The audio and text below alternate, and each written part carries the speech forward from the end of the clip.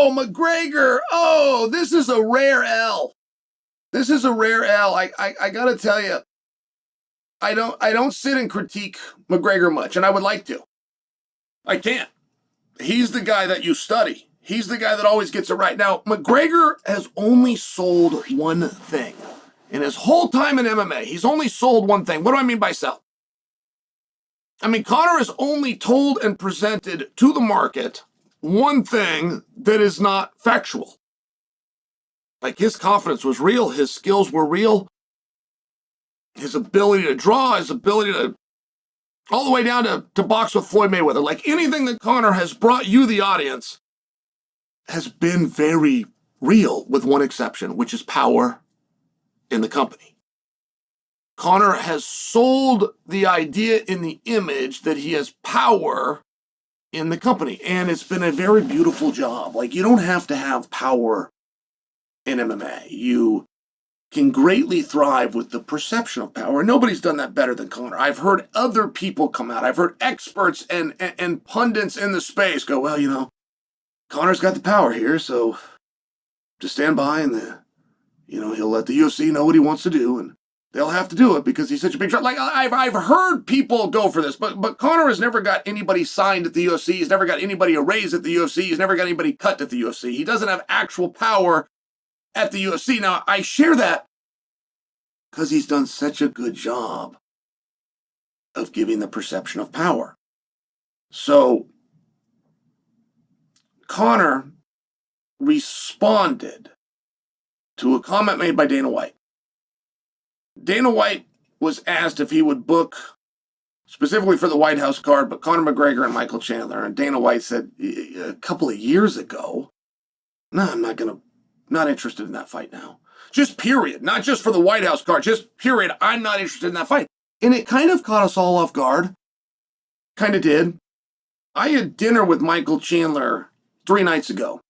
And we're out in Florida, and I can tell you he thought there was hope.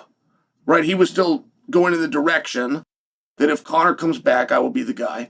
Everybody that was at the dinner agreed, myself included. Like, yes, you're the one that makes the most sense for Conor.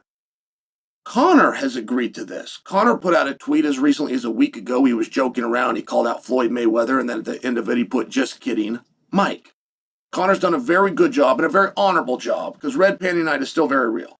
Conor has done a very honorable job of making sure that golden ticket stays in the hands of Michael Chandler. Like, Conor's hands are clean on this, but when Dana reveals to the world, no, I'm not interested in that fight, Conor came out with a tweet, and Conor said, anybody you put in front of me. I'll fight anybody you put in front of me. And that's a tough guy message. That's an honorable competitor. But that's also the message of a guy that's completely out of the loop. That's the message of a guy that found out about his own career from the decision maker of said career in an interview at the same time that the rest of us found out. That's not a guy that's tied in. That's also not the guy that's Red Panty Night, and you'll do what you're told, and it's my way, and I'll pick my opponent. Now, those things were for bravado, but I'm just sharing that that's why this tweet was a loss. That's why this tweet was a rare Conor loss. How should have he handled that? There's times that you take your oars out of the water. Perhaps that's the answer here. Perhaps he should have laid out and said absolutely nothing. But the willingness and the I'll fight anybody in short notice and any weight and call me whenever you want, that is the attitude of every aspiring UFC fighter. That is the attitude of every fighter that wants on the Contender Series.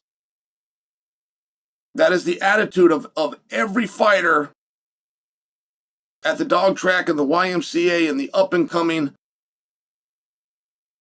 That is not the attitude of the sport's biggest star. That has never once been the attitude of Muhammad Ali, of Mike Tyson. That was never once the attitude of Hulk Hogan or Ric Flair. That is not the attitude today of Jon Jones or Alex Pereira or Tom Aspinall. It's a fun attitude. I like it. I do like guys like that. I do like the competitiveness. What I'm sharing is it makes you a regular guy. It makes you like everybody else. And that is one thing that Conor has done a very good job of doing a distinction between. I am main events. I will decide if it's championships. I will sell out arena. I'm the sport's biggest star, which, by the way, are all true statements. Conor is still the guy that moves the needle. But he just lost his opponent.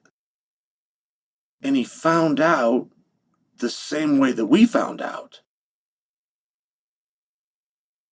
which was Dana doing an interview with a gentleman who seemed perfectly nice, who I've never seen before and couldn't produce the name of right now.